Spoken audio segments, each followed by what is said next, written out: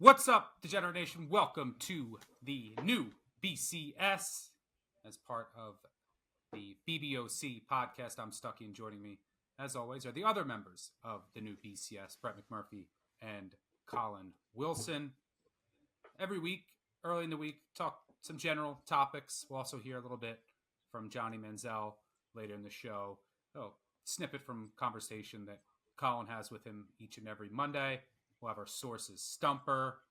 So just really a fun kind of breather early in the week. If you're watching on our new YouTube channel, welcome. And make sure you hit that subscribe button, hit the like button, help us grow the channel. Really do appreciate that. Gentlemen, we are going to start to get some good games and better slates here. It's an exciting time. Conference play is here. And this weekend's headlined by Georgia, Alabama. I was shocked just looking back at the history of this matchup. Georgia hasn't played at Alabama in front of fans since 2007. The only other time they did was back during COVID when it was very eerie. I was watching parts of that game the other week when it was a half-empty stadium, or maybe like three-quarters empty in Tuscaloosa. 2007, oddly enough, was also the last time I believe Alabama was a home underdog. Lots of intrigue here. Both teams coming off of a bye. Brett, this has to be the biggest game of the year, right? So far. Yeah, no question, Stuck. Two of the top four teams, the history between these guys. Yeah, this is the first time in 4 years they've played on campus. Three of the last four meetings have been either in the national title or for the SEC championship. And you're right. You have to go all the way back to 2007. Last time Alabama has been a home underdog. Of course, that was against LSU. And Bama actually lost 41-34. I've seen some different numbers. Bama was either 6.5 or a 7-point dog, but they did lose to LSU that year. But yeah, this is huge. Even with the 12-team playoff, this is big for, who could potentially get a number one overall seed as SEC champion, who then would be thrown into the at-large pool if they don't win this game. But yeah, anytime Bama and Georgia get together, it's huge. And obviously the sports books started putting out the line, last week because they both had an open date, kind of like a Super Bowl. It's funny. I saw it. I don't know if you guys saw it. I think I saw Georgia up to maybe -3. I think now it's crept down to 1.5. Still Georgia, maybe 2. I'm guessing it won't move much between now and Saturday, but I don't know if you have a different take on that. But not surprised to see Georgia as the favorite. Yeah, I think Georgia will attract sharp money, but I think it'll be a battle. To be honest, I think that if it ever got to Alabama +3, then you would also have sharp money scoop that up, and you might have. There's early in the season. There's going to be, because these teams turn over so much, you're going to have conflicting opinions on a lot more games from respected money. Collin, any thoughts on the line, and then where you see it going? Yeah, I mean, you were spot on. The number is going to get to 3. It's going to get scooped up within 90 seconds. This is a great time to promote our tools, because in the Action app or in our Sports Insights or in our Action Labs, you can set up Line Watcher notification to let you know when one of the books that you shop at has this number. I have that set on for 3 right now. I don't want to buy 2.5 up to -120, -125. I want the 3 on Alabama. I think one overall general question that I have for this game that I'll investigate is, when's the last time Georgia played in an environment like this? I mean, when you look at the road schedule, sure, they went to Tennessee last year, but that was Joe Milton's Tennessee. The Hendon Hooker year was played in Georgia. You consider Georgia, Florida is always on a neutral site. I mean, there's just not a lot of hostile environment territory that Kirby Smart's been in since he turned Georgia into 2.0. But he's going to have to go through it again when they go and visit Austin, Texas. Yeah, I mean, I can tell you, though, that the best thing that happened to Georgia was barely beating Kentucky. 2 weeks, Kirby can hammer home what he needs to. And generally speaking, in the past, like Alabama, in recent matchups, like Alabama's had the psychological edge. Like when you look at motivation, like they almost lost to Auburn. No one's given them a chance. So Kirby loves playing that stuff. And, they lost in the SEC championship last year, kept them out of the college football playoff, 2 weeks to sour on that. We'll break that game down in full later in the week. We'll see if Georgia gets some guys back on the defensive line, which they didn't have in Kentucky. That'll be important to watch. But 2 great coaches going head-to-head. Brett, let me ask you then, Collin, I'll ask you. This 12-team playoff, both teams are favored to make it. Does this game lose some of its luster to you because of that? Because of the potential decreased significance of the outcome? To me, no. I'm still hyped for it. There's still a line. Maybe the stakes aren't as great, but it doesn't diminish the moment for me. Brett, I'll start with you. How about you?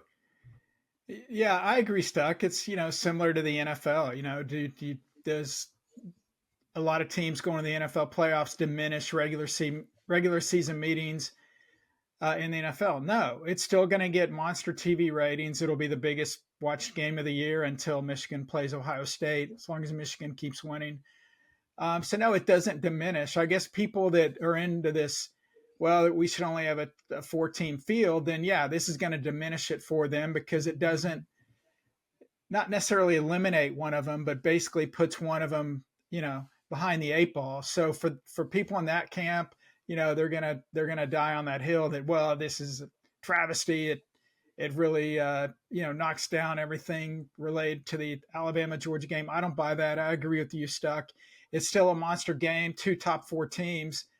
Whether we got a 12-team playoff or a 112-team playoff, I think it means the same thing to me.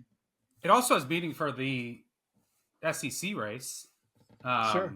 So, and that's important. It's not like you want to get to the SEC championship game for the right to not only win the SEC, but get a bye and, get a presumably a top 1 or 2 seed in the entire country and in the 12-team playoff. So that there's still significance here. It's still Georgia, Alabama.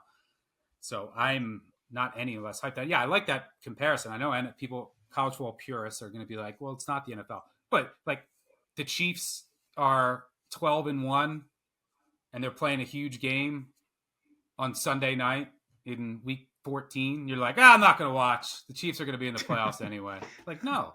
Collin, how about you? Does this diminish your excitement or just the significance of the game to you? I will relay my favorite line from all 8 seasons of Game of Thrones. Chaos is a ladder. That came from Littlefinger himself, and it's really the description of college football and what's going to happen with these conferences getting so big. I have an 8-1 on Alabama to win the SEC, and I have a 5-1 on Georgia to win the national title. But when these teams meet up this early in the season, neither one of them is going to have their playoff hopes completely diminished. But what's going to happen is the team that loses is just going to have complete chaos. Could be in the betting market, could be in the talking heads that are out there in the sphere that want to disparage whichever team loses this game. Both of these teams are still in prime condition to make the playoff. The team that wins this is in line to make the SEC championship game, which we've talked about this over and over. I think almost every of these Power 4 conference championships, there's going to be a tiebreaker with 2 losses and a boatload of teams that have them. The team that loses this game is in jeopardy of falling into that 2 loss and not competing for the SEC. But you can still have 2 losses and make the playoff, and I think both these teams are absolutely in line. So chaos is a ladder, and what that means is on Sunday and Monday, get ready to fire potentially on the team that loses this game because they're still primary contenders for the national title. Stuckey, if Collin wins his Alabama SEC bet and Georgia national title bet, he is flying you and I to some exotic location and taking us to dinner. How about that? Yep. Are you in, Collin? If you win both of those, yeah. If I win them both, you got it.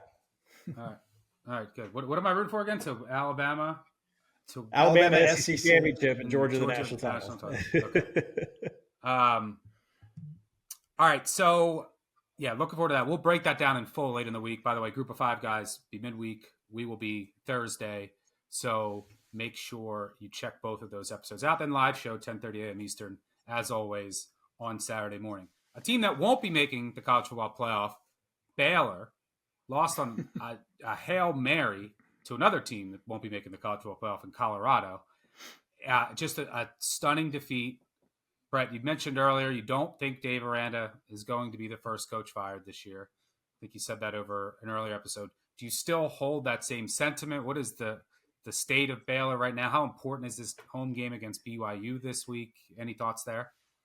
Yeah, I mean, they couldn't defend 2 Hail Marys in a row. That is pretty bad. But they've always got a big game this week against BYU. Or the Cougs flat. We'll find out. The rest of the schedule for Baylor, as badly as it looked last week, they're either going to be a single-digit favorite or single-digit underdog in every game except out at Iowa State. So technically, they're still alive to get to a bowl game. We'll have to see, but certainly they can't have any more performances like that. Napier gets a win at Mississippi State. I don't think that necessarily guarantees anything. They're off this week, and then they start their death march with UCF at Tennessee, Kentucky, et cetera, et cetera. I don't think Aranda will be the first one because I think they'll give him every opportunity and let the season play out. So 2-2 starts, they're not gonna pull the plug. Off the beaten path, one guy to keep an eye on is Will Hall at Southern Miss. Gundy after losing to Jack Wilson's brother. Is Gundy in trouble? You got a quarterback that can enroll before Saturday when they go to Kansas State. Just asking for a friend. Will Hall at Southern Miss, the natives are restless there. They're off this week. I'm not expecting a change during the off week, but he's 14-27 in 4 years. They're 4-12 the last 2 years. They've lost all 3 FBS games this year by an average of 31 points. That number should be higher, except the Kentucky game was cut short.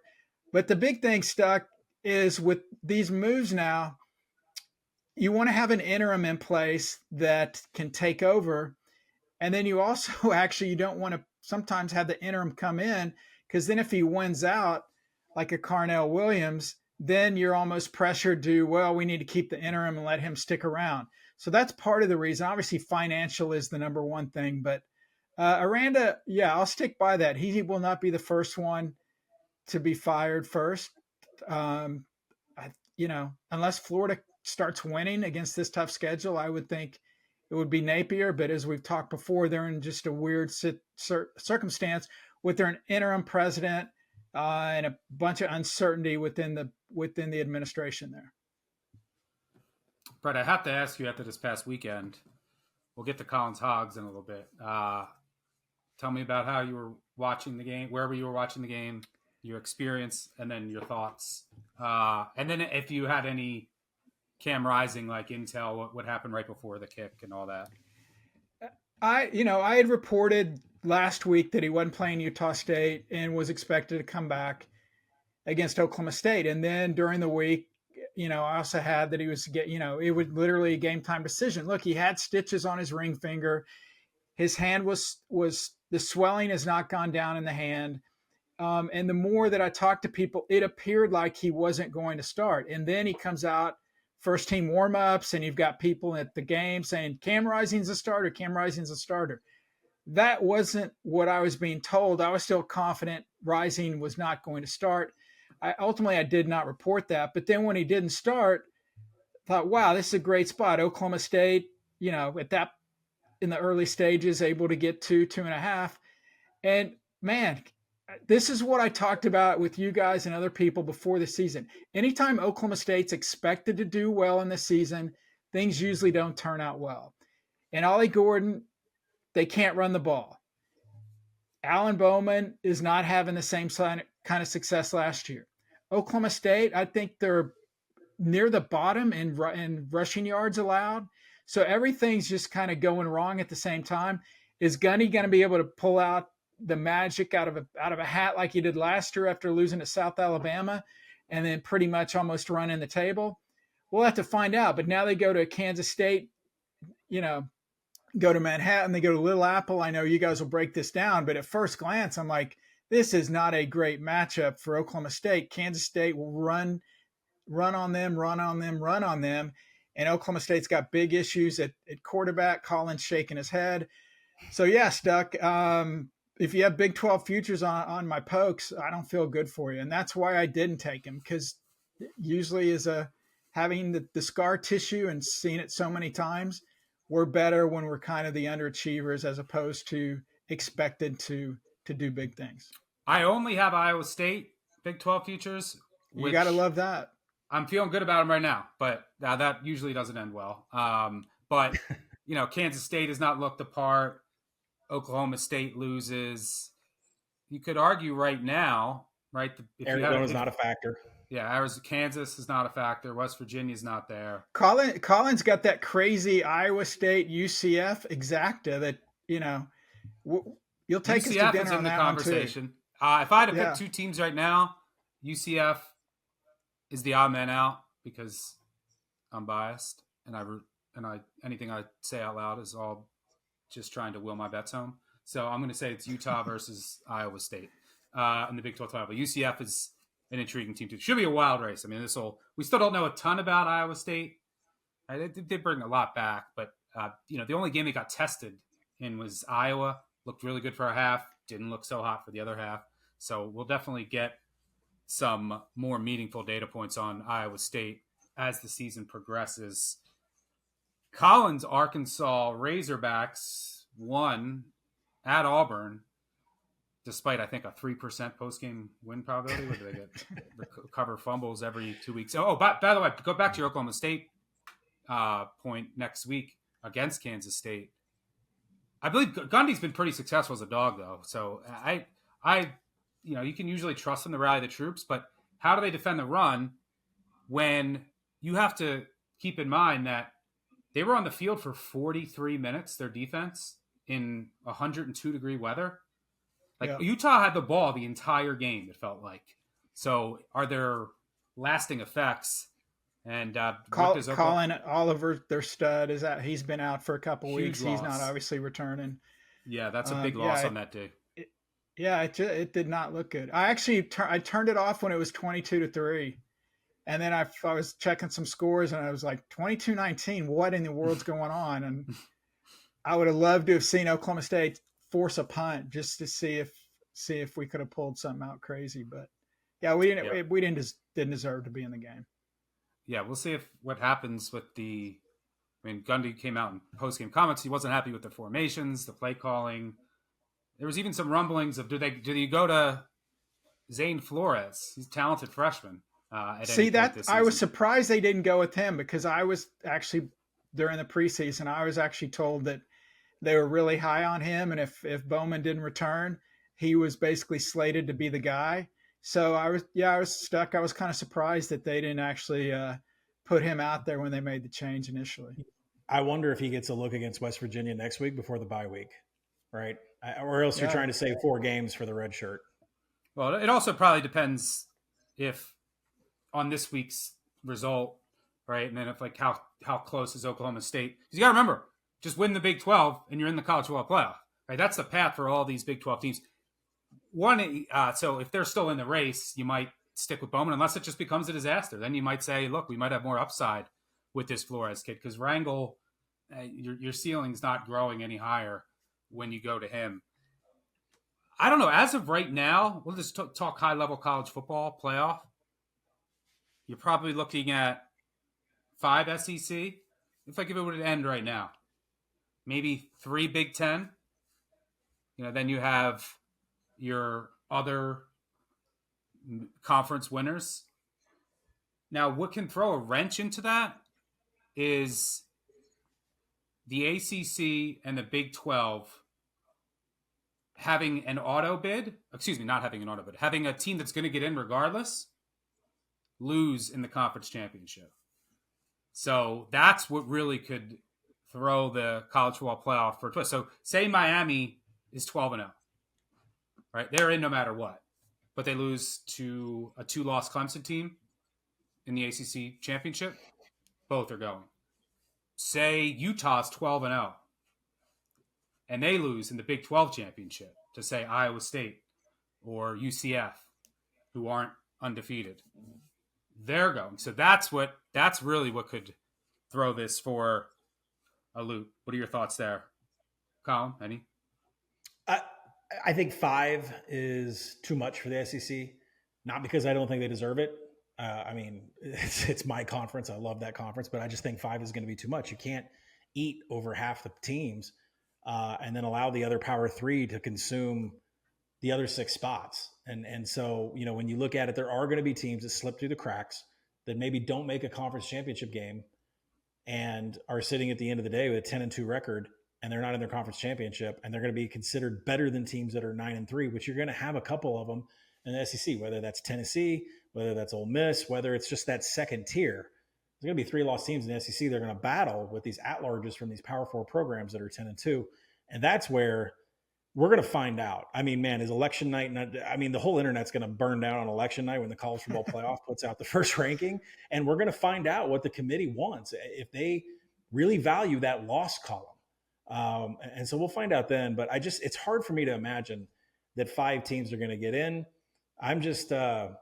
I'm happy that my exacta box of UCF and Iowa State is going to play out here. I mean, Stuck, Colin's right. I think look at, like, as impressive as Tennessee was.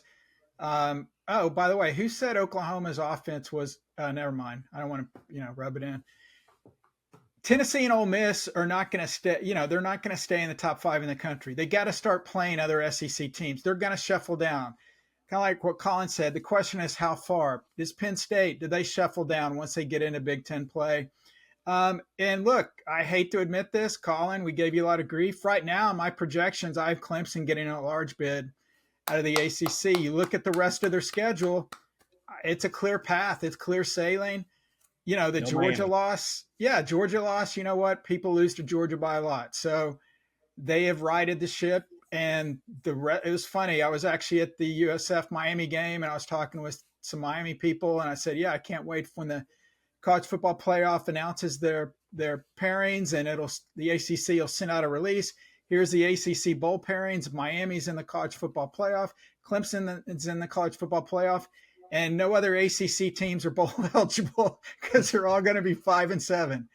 I'm probably wrong on that prediction, but it may be closer than you think because, boy, the rest of the league, yeah, it's going to be funky. But, yeah, Colin, for now, congrats. Your Tigers of Clemson are very much alive. Mine, too. I'm a big Clemson guy this year. I got ACC and college football playoff futures.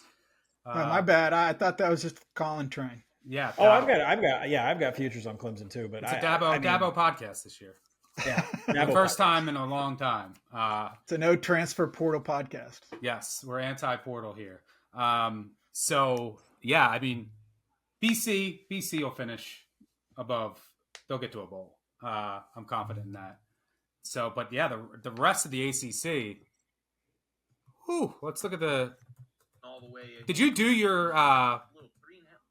your bowl projections today? Yeah, mm-hmm. Yeah. How many ACC teams did you have in there?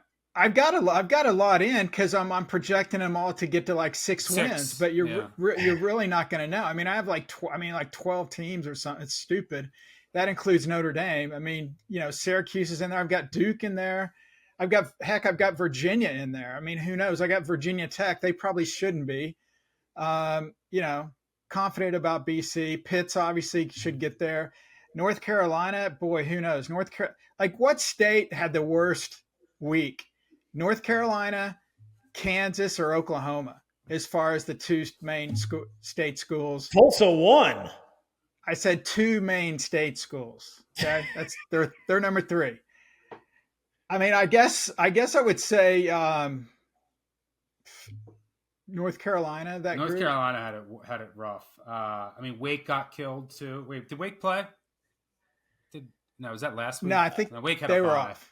Yeah. Charlotte got killed. They don't count. But I mean, the two top schools. Well, yeah. You allowed James Madison to score 70. That's James Madison scored 70. That's the pinnacle. Yeah. Of shit ball. Yeah. My biggest problem in the ACC this year for my futures is I have, this is my biggest sore spot coming into the year, and it's my biggest weakness right now, because I'm probably going to lose a bunch of these bets, is I have a bunch of ACC win total unders of like Syracuse, Louisville, Pitt. That's obviously dead. I think that's it. So I only had 3, but I have under on all 3. And the problem is so many of these other teams are not as good as they were supposed to be, that it's going to be much easier to clear those win totals. And Pitt is better than I expected. Yeah. I obviously forgot. I obviously forgot Louisville. Certainly, they're going to clear 6 wins very easily. But other than Clemson, Miami, and Louisville, I guess Pitt'll hold on there.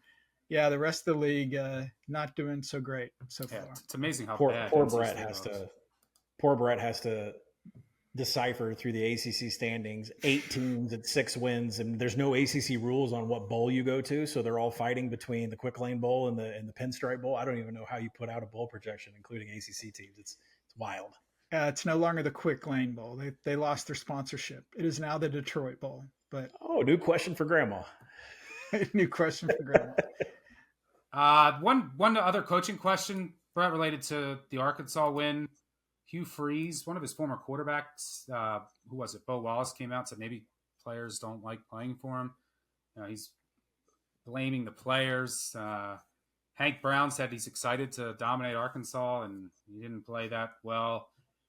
I mean, what's the state of Auburn right now? I mean, all this doesn't really matter because he's recruiting well, and it's not like they were going to compete this year, and eventually he'll get the quarterback he wants in there. Although he talks up Hank Brown.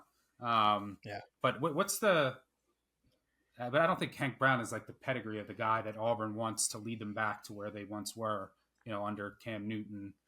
So what's going on right now with the state of Auburn, Brett?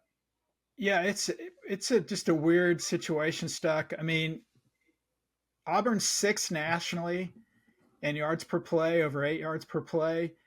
Yet they rank 7th in the SEC in offense. Last year, they ranked 10th in the SEC in offense. Freeze's final 3 years at Ole Miss, the Rebels ranked either 2nd or 3rd in the SEC in offense. And, look, we can come up with any stats we want. How about win-loss? He's 4-8 in 12 games versus FBS opponents. Brian Harsin was 4-11 at Auburn versus FBS opponents. And I'm not even including last year's loss to Diego at New Mexico State. You look at the rest of their schedule, they're only favored against Vanderbilt, and that may be a toss-up by then, and UL Monroe. So is 4-8 possible? Yeah. Is Auburn going to put up with 4-8? No. But are they only going to give Hugh Freeze 2 years? No. So it's just a weird situation. People, including, Hugh, be the first one to tell you, and he would if he was talking with us right now, they expect so much more. But bottom line is they're not having success on the field. What's that going to mean long term? We'll have to find out. But, right now it's, you see Brian Harsin's Twitter account, basically every Sunday with a scotch with a glass of whiskey, something like here's to yesterday's winners every time Auburn loses. So, yeah, weird situation there. Yeah, but there's other things going on with this program too. Like they were very clear about how much money they're spending, NIL, portal, that they were not able to get the guys that they wanted through the portal this year. And it's almost like they've deferred until next year. So I'm not saying that they would come out publicly and say they're punting on this season, but they were not happy with what they got from NIL and from the transfer portal situation. They didn't get the players to compete in the SEC. I wouldn't be surprised in the back of Hugh Freeze's mind, I don't know what his relationship is with the athletic director, but they spent less this year than they've spent in the last previous years. And I think they're just gearing up to just go on a spending spree after the bowl season. Yeah, I tend to agree. I think next year is a really important year for Auburn, and I expect them to go out, grab a, headliner at quarterback, spend more, and we'll see if they're there yet. I don't think anyone really thought that they would be there this year. So we'll see if they get any closer next year. I think that's the real tell on where this is headed under Freeze. Before we get to the sources, Stumper, we had we had a lot of lightning delays this year. I feel like they're quicker to say it's a lightning delay more so than it used to be, right? They didn't used to care. They just kept going. Now it's whoa, we have the technology. There's lightning. Okay, clear the state. Yeah, okay. 30 minutes every strike. Because I never remember there being this many or for this long. So we had one in Liberty ECU. that was fascinating because the game was about to get canceled. I wish it did because Liberty scores late, covers my ECU win total now in jeopardy. 5 hours. I was up till 2:30 in the morning watching that losing bet that was covering the entire game till the last minute. Then it started 10 minutes before the cutoff time. They said that they'll start by 11 or they're not going to start. And then the game would have been canceled because there was no hotels for ECU to stay in because it was like family weekend. And where's Liberty? Farmville? So they just started it just in time. But that was a 5-hour delay. I think Farmville was like right there, close to Lynchburg, but I could be wrong. So my question for you before we get to Sources Stumper, do you have a most memorable delay in football? I will say, I'll give you two. One was the game I laid 23.5 with Iowa against Nevada last year. I don't think I'll ever do that again. There was a long delay. It was like at midnight they restarted, and somehow Iowa got a cover late, barely. That was torture. Delays are always torture for bettors, but when you're laying points with Iowa, you got to extend that over the course of 10 hours. That was brutal. I guess, yeah, that's my favorite delay story, or most memorable, I should say. It wasn't my favorite. Collin, do you have a most memorable or favorite delay story? Oh, yeah, and I'm glad you went with me first because I'm going to read the tweet from November of 2020. East Carolina at Temple game is delayed because a Temple player had a girlfriend who apparently just tested positive, so the player was taken back to campus to receive an antigen test. If he tests positive, there's a chance the game would not be played per source. That tweet was brought to you during the height of the pandemic, thanks to Mr. Brett McMurphy. I remember that tweet right when you started reading it. I didn't remember that game until you brought that up. Yeah, that was pretty epic. That was a crazy time. But I remember ESPN Plus. It was just the camera on an empty stadium, and it just rolled for 15, 20 minutes. And I'm looking at your tweet now, Brett. It was at 11:23 a.m. Central Time. So it's like for 23 minutes, I'm just staring at the camera at the highest level in an empty stadium. Like, why the hell is this thing not kicked yet? Turns out, girlfriend had to have a COVID test. So it's one of the wildest delays ever. Brett, I know you got. I remember that game. That was a noon kick, right? Yes. Yeah. Brett, I know you got to have a good one here. Actually, mine doesn't qualify as a delay. You guys will know exactly when I start on this where I'm going. It's not a delay, but it's actually was a game that was shortened, and of course the epic game between Wisconsin and UNLV back in 2002. Wisconsin's winning 27-7. There are 7:41 left in the fourth quarter when there is a power outage and the game is called 2 minutes and 41 seconds short of it becoming final. There are conspiracy theories that all the Wisconsin fans that came to Vegas drove the betting line anywhere from 3 to 7 points. Wisconsin was covering, so somebody cut off the lights so the books wouldn't get killed by that. Obviously a lot of city officials have said that's not true. There was a cable that burned out, but hey, we don't want facts to ruin a good story. Looking back on that, I saw a funny quote from John Robinson, who was the UNLV coach. I guess when the lights went out and they finally walked out at midfield, and John Robinson told Barry Alvarez, hey, I don't know if you read the fine print in the contract, but it says if the game was not completed, it would go down as a scoreless tie. And he said Alvarez jumped about a foot off the ground, all pissed off. And then Robinson said, I'm kidding. You guys win. So that's obviously not a delay, but that one kind of stood out to me for our younger folks that don't know about that one. Amazing. All right. It's time for our Sources Stumper of the week. Here we go. Sources Stumper, America's favorite game show. Stuckey, a very commanding 9-3 lead. Collin has been operating behind Oklahoma's offensive line, it appears like. We mentioned earlier, we're talking Alabama, Georgia. Last time Alabama was a home dog, 2007, a loss to LSU. Your question is, who was the starting quarterback in that game for LSU and Alabama, 2007. Collin, since you're behind, you've got the first shot. So you just guess either one of them is a point? Yeah, one guess. Jamarcus Russell.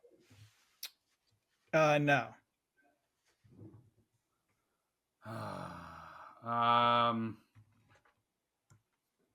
2007 LSU. Was that a Les Miles team? Yes.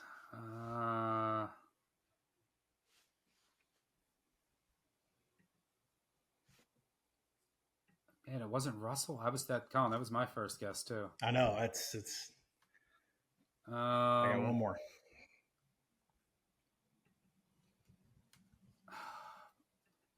This one's wrong because the timing is off because he was like 2012. But I'll let Colin go. Zach Mettenberger. That's not right, but nope. Colin, Matt you got it. Flynn. Oh, it is Matt Bingo. Mm-hmm. Bingo. LSU's quarterback. Any guess on Alabama's quarterback? No, it's Stuck's turn. Does Colin just win this one, or do? No, that's 1 point, and then I got. So. Okay, I'll take a guess. Their quarterbacks, I feel like, were bad. They had a couple like quarterbacks that were starters for like a while. Like this was Saban's first season at Alabama. Oh. They went 7-6. Was it McElroy? No, but you get the bonus question because I was going to ask who the backup was. McElroy was the backup. So who is the Alabama starter? See, that was my guess because the trivia question I love is Alabama's worst record, which I believe is a 3-loss season. Who was the quarterback of that team? And I believe it was 2009 with McElroy. So that was going to be my guess, but now I'm kind of stuck. I just talked. I know who Johnny faced in 12, so it's not him. That would have been McCarron. Yep. Okay, I will give you guys a hint. First person to guess it gets it. Okay. The starting quarterback for Alabama has 3 first names. John Parker Wilson. John Parker Wilson. Bam. There you go. Colin by a nose. Colin, does this mean the Oklahoma offensive line is going to block this week? No, it doesn't. But Stuck, you still have a commanding 10-5 lead. Colin gets 2 of the 3. But yeah, the last time Bama was a home underdog, we saw Matt Flynn and John Parker Wilson dueling it out in Tuscaloosa. I think these quarterbacks will have a little better NFL career than those 2 guys. I would have gone McElroy too. All right, that's one more. Actually, we got one more for the road. We'll make this quick. 3 games kick off at 10 p.m. Eastern. Some late night snacks this Saturday. 10 p.m. Eastern or later on Saturday. Which one are you looking forward to the most? I'll just go around. You can say one sentence if you want, or just name the game. Wazoo at Boise, Arizona at Utah, Oregon at UCLA. For me, it's Genty. Colin? Yeah, Oregon and UCLA. UCLA is starting to show some life. At least they're covering these inflated spreads. I expect this Oregon number to keep steaming, and I expect me to be making a consideration on Friday whether I'm going to get involved because right now everybody's piling on UCLA, and they covered that number easy against LSU. Brett? One thing I didn't think I'd hear this year is Colin back in UCLA. Stuck. I want to see Wazoo and Boise, obviously Genty, but also, we're talking about the playoff. Boise's got to win this game to keep alive, even though it's a non-conference game. And then Wazoo, call me crazy. What happens if Wazoo goes 12-0? obviously they'd be considered in a large team. Would they finish in the top 11, top 12 to get in the playoff? I don't think so, but this is an intriguing game for me for those aspects as far as potential playoff implications. Yeah. I mean, there's a path. I don't think it's likely, but like Washington, you need to keep winning, right? And you just need every non-SEC Big Ten team to lose 3 or 4 games. Yeah. So, yeah, be something to watch. By the way, Brett, do you know why Colin's betting on UCLA? And it's not surprised. You said you were surprised. He lost every UCLA bet last year. Who's going to be on the field for that game? Dante Moore. Dante Moore. Right. It's my secret weapon. The other sideline. We'll see if Collin can overcome the curse of Dante Moore in a UCLA game this time for the other team. Wait, maybe that means Dante Moore is coming in this game. So does that, because Collin bet it. So does that mean Gabriel, they're up so big he gets pulled or he gets hurt? I don't know. But this game kicks at 11 p.m. Eastern. This game kicks at 11 p.m. Eastern. Don't think I ain't staying up for a fourth quarter. It's got Dante Moore and Green out there. It's just going to be electric in my book. All right, that'll do it for today's episode. Like I mentioned before, Group of 5 guys, tomorrow we'll be out Thursday. If you want to join 3 and Out live on the YouTube channel, 6 p.m. Eastern, we'll do favorite overdogs, underdogs, Friday Night Lights, and our favorite bet of the weekend. Podcast out later Thursday night. Live show 10:30 a.m. Eastern Saturday. Make sure you subscribe, unsubscribe, subscribe. Subscribe to the YouTube channel. Tell a friend, tell an enemy. Appreciate your support. If you do a 5-star review, I'll do giveaways, ton of giveaways in the next week or 2.